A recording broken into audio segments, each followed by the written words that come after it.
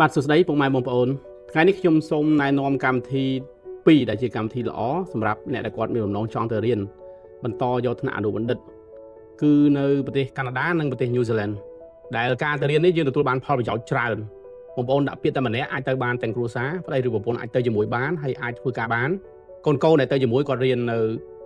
កាណាដាឬក៏ញូហ្សេឡង់គឺអត់បង់លុយទេពីទី1ដល់ទី12បាទហើយយើងរៀនបដាបេក្ខជនគាត់អាចធ្វើការ part time បានព្រមទាំង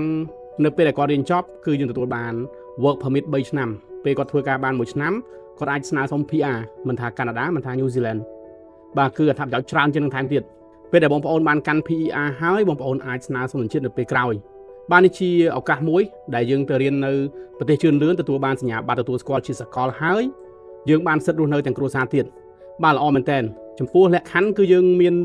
គ្រាន់តែបងប្អូនមានអាយុត្រឹម40ឆ្នាំចុះក្រោមបងប្អូនមានសញ្ញាបត្រថ្នាក់បញ្ញាបត្រឡើងលើបងប្អូនមាន GPA ដែលយើងរៀនហ្នឹងបាទសរុបជារួមគឺ3ចុចឡើងលើនិងបងប្អូនមានពិន្ទុភាសាអង់គ្លេស IELTS ត្រឹមតែ 5.5 ឡើងលើព្រមទាំងបងប្អូនមានលទ្ធភាពក្នុងការបង្ហាញថាបងប្អូនមានលុយជា proof of fund នៅពេលដែលយើងទៅរៀនហ្នឹងគឺយើងអាចមានលទ្ធភាពបង់ថ្លៃសាលានិងស្នាក់នៅហូបចុកបានគឺនៅកាណាដាត្រូវការ8ទៅ90000ដុល្លារបាទហើយចំពោះនៅ New Zealand គឺយើងត្រូវការខ្ទង់តែ 55000 ទេចំពោះលក្ខខណ្ឌគឺដូចគ្នាអត្ថប្រយោជន៍គឺដូចគ្នាបាទសម្រាប់ព័ត៌មានបន្ថែមបងប្អូនអាចតាក់ទងមកខ្ញុំបាទផ្ទាល់ដើម្បីប្រឹក្សាលម្អិតដោយឥតគិតថ្លៃបាទសូមអរគុណ